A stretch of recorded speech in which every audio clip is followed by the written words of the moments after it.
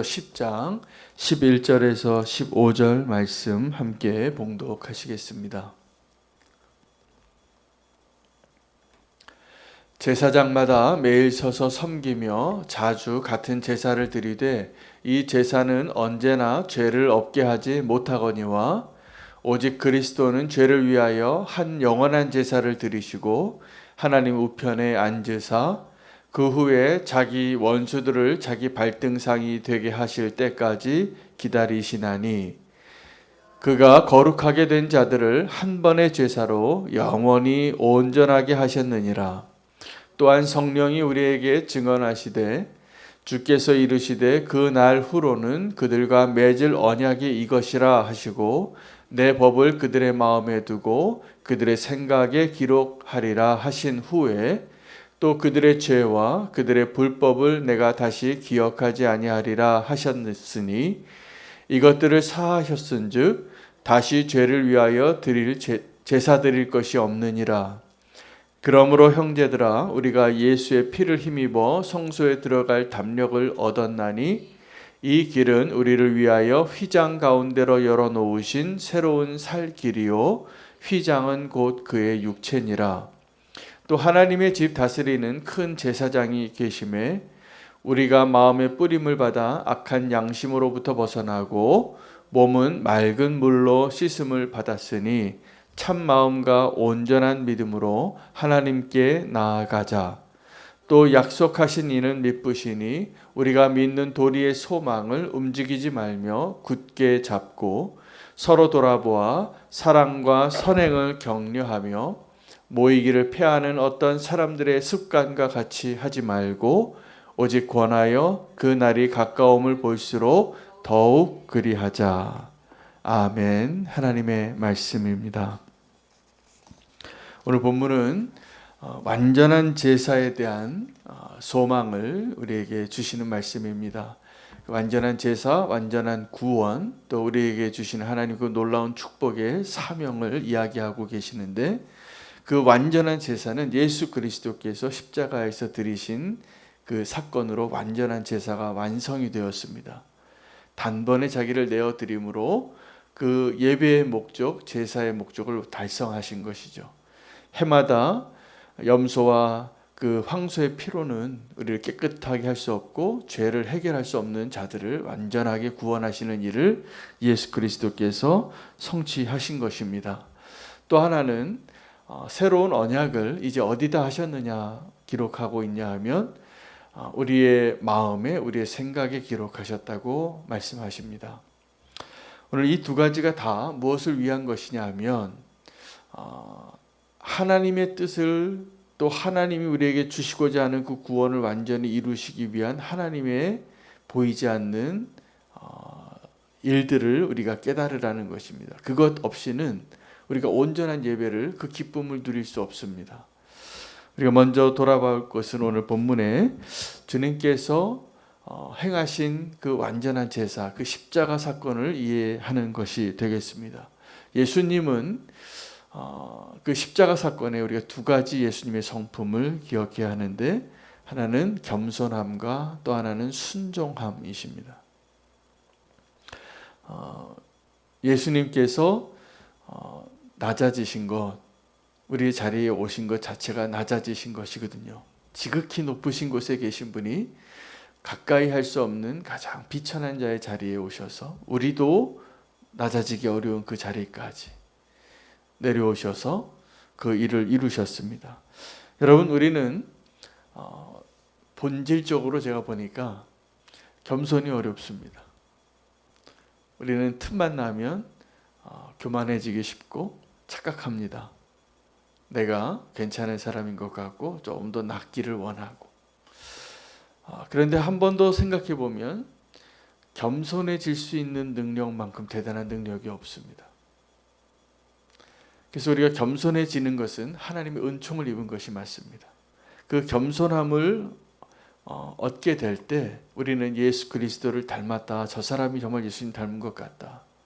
또 우리가 낮은 곳을 향하여 갈 때 예수님을 닮은 것 같다. 이 이야기 분명히 들으실 것입니다. 왜냐하면 이 두 가지는 우리가 본성적으로 그 방향이 아닌 방향으로 나아가고 있기 때문입니다.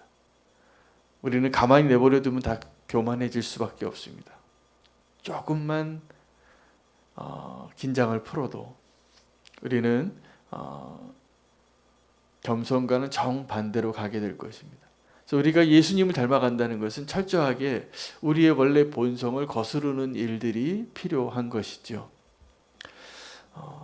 성도의 삶이 정말 믿음의 삶을 살아가는 것이 어쩔 때는 나아가는 것 같지 않습니다. 제가 새벽에 제 사택에서 이게 교회로 오게 되면 그 가게들을 몇 개를 지나갑니다.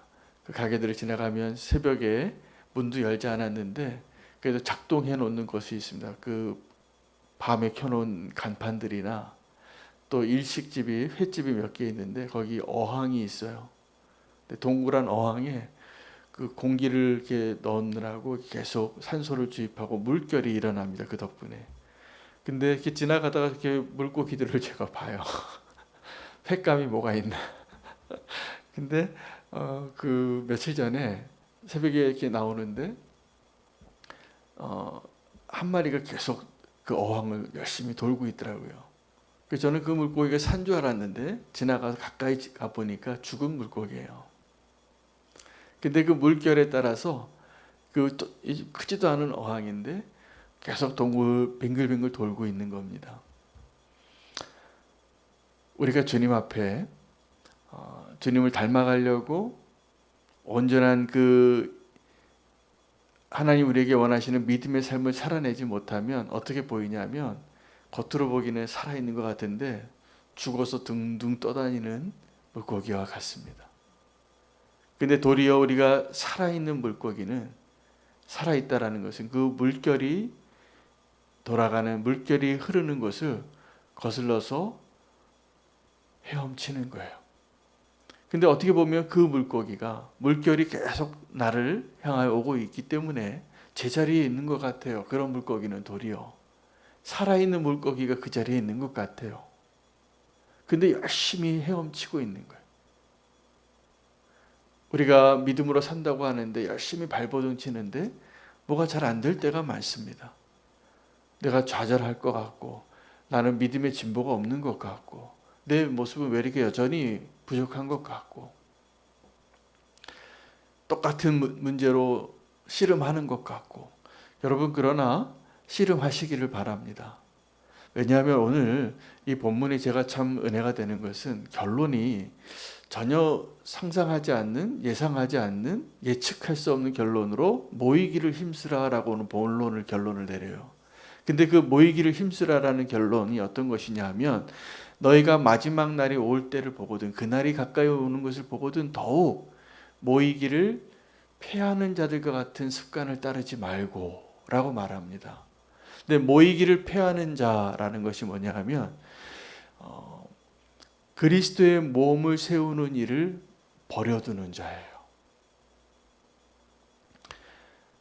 여러분 오늘 우리 구원을 완성하기 위하여 예수님께서 하신 일은 무슨 일이냐면 자기의 몸을 내어드릴 정도로 겸손하게 순종하신 것입니다. 근데 성령님께서 행하시는 것은 무엇이냐면 교회를 세우시는 일이에요.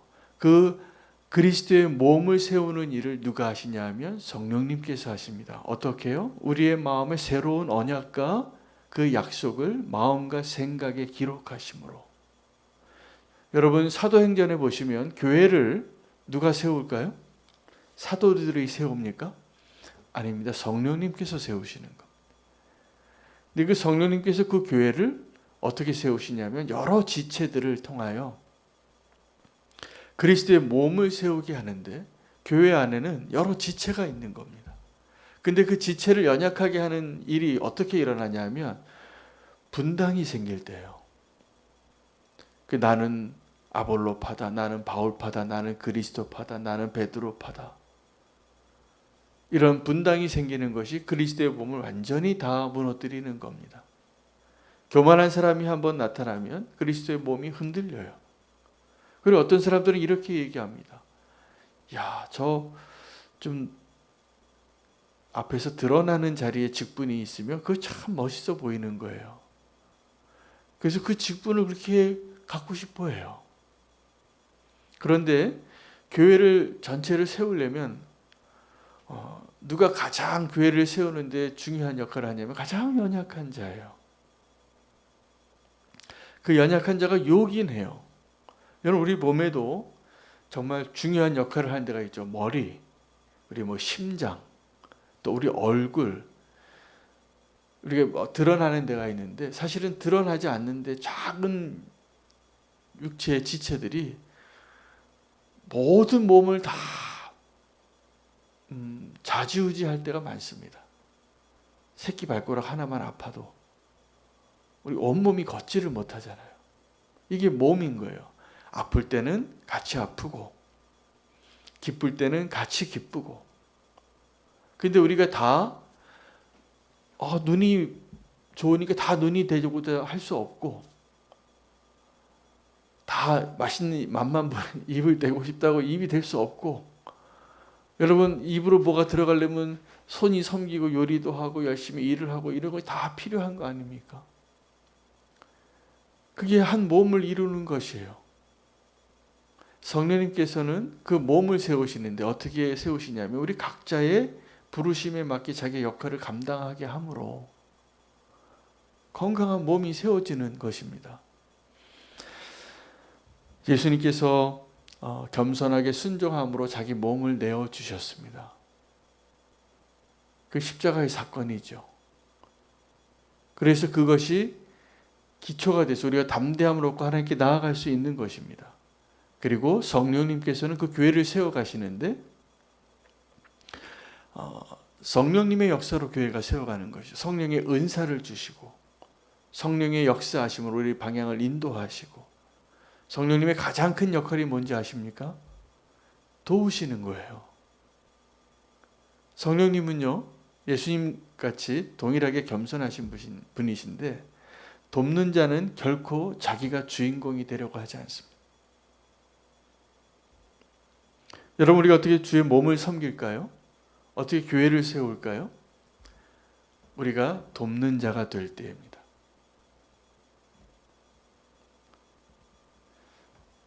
고린도후서 8장에 오늘 맥체인 본문에 오늘 제가 본문을 설명하고 싶은 그 가장 또 강력한 본문이 또 같이 하나님 말씀 주시더라고요. 고린도 교회는 부자 동네였기 때문에, 큰 도시의 교회였기 때문에 성도들은 좀 미성숙할지라도 다른 교회보다, 다른 지역에 있는 교회보다 부유한 교회였습니다. 큰 대도시 교회였으니까. 그들의 형편을 보면 바울이 보기에, 기대하기에 더 많은 연보를 했어야 됐어요. 근데 이 사람들이요, 인색한 겁니다.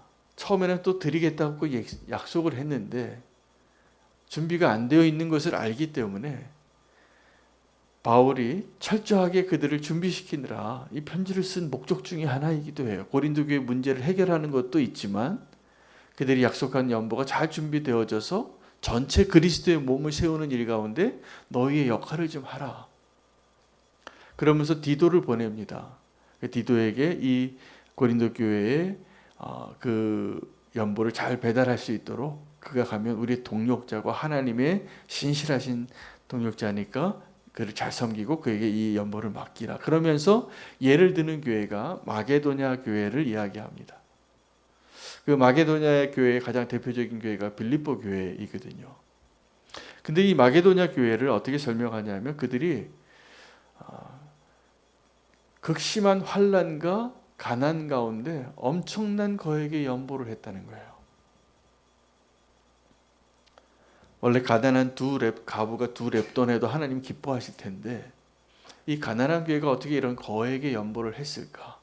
그리고 이 부자 교회에게 왜 그런 얘기를 했을까? 요지는 교회의 몸을 세우기 위한 것입니다. 하나님께서 너희가 가진 것으로 균등하게 하기 위하여 너희가 가진 것을 잘 준비해서 연보하는 일에 성공해라. 근데 여러분, 그 바울이 설명할 때 제가 오늘 본문을, 이 고린도후서 본문을 묵상하다가 새롭게 발견한 은혜가 있어서 오늘 좀 나누기를 원합니다. 그러면 그 마게도냐 사람들이 어떻게 그렇게 거액의 연보를 가난하고 환난 가운데 드릴 수 있었을까? 비결은 자기 자신을 먼저 드렸기 때문이라고 설명합니다. 자기 자신을 드리고 연보를 드리는 거예요. 여러분, 우리가 예배 드릴 때에도 우리가 하나님께 드리는 예물이나 우리가 선교 헌금을 흘려보내는 일이나 구제 헌금을 흘려보내는 그 일을 할 때 정말 그 일을 통해서 하나님이 원하시는 것은 나를 드리는 겁니다. 예배를 드릴 때 하나님이 원하시는 게 뭘까요? 우리가 아름다운 미사 어구를 사용하면서 하나님을 찬양하는 것이 아니라 하나님의 말씀을 듣고 우리의 마음의 양심의 찔림을 받고 회개하고 돌아오는 것뿐만이 아니라 하나님이 원하시는 것은 나를 드리는 거예요. 근데 그 나를 드리는 것을 통해서 하나님께서 지금 그 그리스도의 몸을 세우고 싶어 하신다는 것입니다. 그래서 이 교회의 몸을, 그리스도의 몸을, 하나님의 교회를, 하나님의 나라를 세우는 일을 위해서 예수 그리스도께서는 겸손하게 자기의 몸을 내어드리며 순종하셨고, 성령님께서는 겸손하게 보이지 않는 곳에서 주인공이 되려고 하지 않고 도우시고 조력하고 계시는 거예요. 근데 그 일을 이루는 일은 누구에게 맡겼냐면 저와 여러분에게 맡기셨습니다. 저와 여러분에게 예수님께서 십자가에서 달려 돌아가셔서 완전하게 이루신 그 십자가의 복음의 능력, 구원의 길이 열렸습니다. 자기 몸을 내어드리심으로 그 성령님께서는 지금도 겸손하게 보이지 않는 곳에서 우리를 도우시는데 이제 우리가 도울 차례예요. 이제 우리가 그 몸을 내어드릴 차례예요. 그것을 통하여서 하나님께서 원하시는 하나님의 몸된 교회를 세우라는 그 요구를 이렇게 표현하는 것입니다. 모이기를 패하지 말라. 마지막 때가 다가올수록 서로 권면하여 어떤 사람들의 습관처럼 모이기를 패하는 자, 여기서 모이기를 패하다 할 때 이 패하다라는 헬라어는 버리다라는 뜻이에요. 그러니까 이것은 모이기를 패하다, 이게 뭐냐면 그리스도의 몸을 세우는 일을 포기하다. 이 동일한 단어가 신약 성경에 한 20번 정도 나오는데 언제 많이 사용했냐면 하나님의 말씀을 버리다.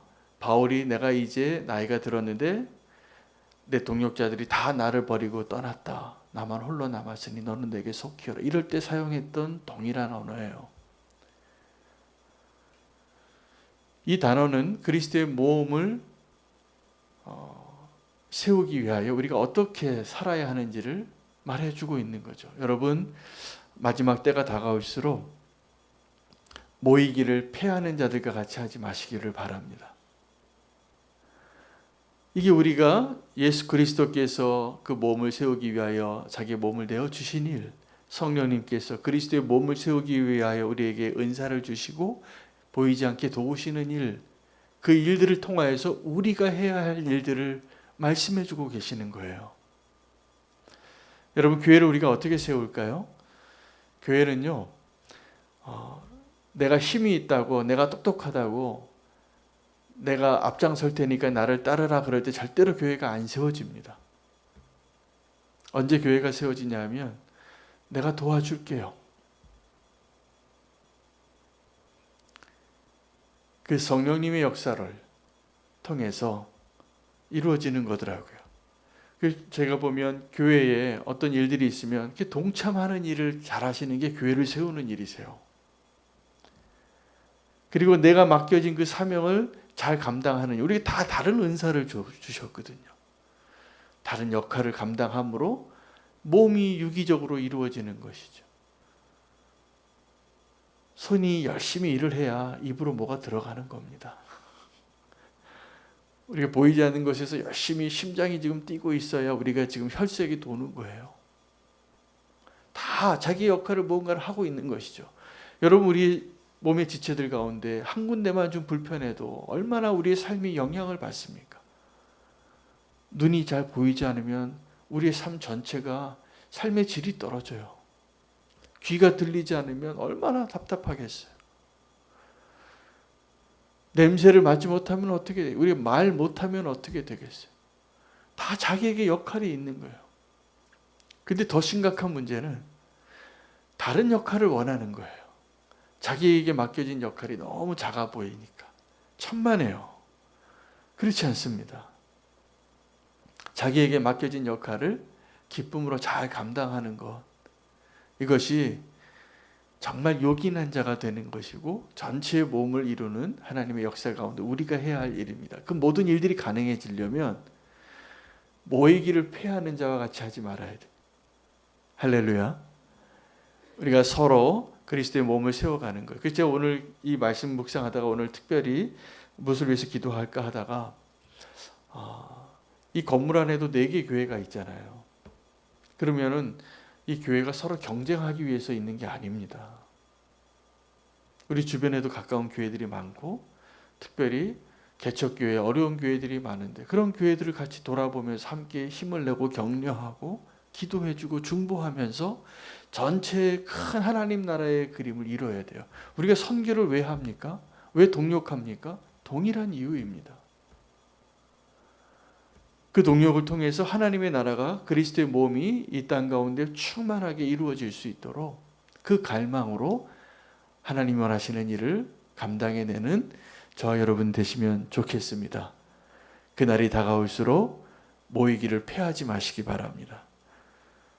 이것은 단지 어떤 모임에 모이는 것만을 의미하는 것이 아니라 우리가 나의 자리에서 나의 역할을 감당하고 서로 돕고 격려하고 중보하고 함께 그 일을 이루라는 뜻입니다. 할렐루야. 오늘 주님께서 우리에게 말씀해 주신 대로 마지막 때에 그날이 올 때를 볼수록 더욱더 모이기를 힘쓰는 저와 여러분 되시기를 축복합니다. 그것을 위해서 기도하고 우리 함께 기도할 선교사님 위해서 기도하겠습니다.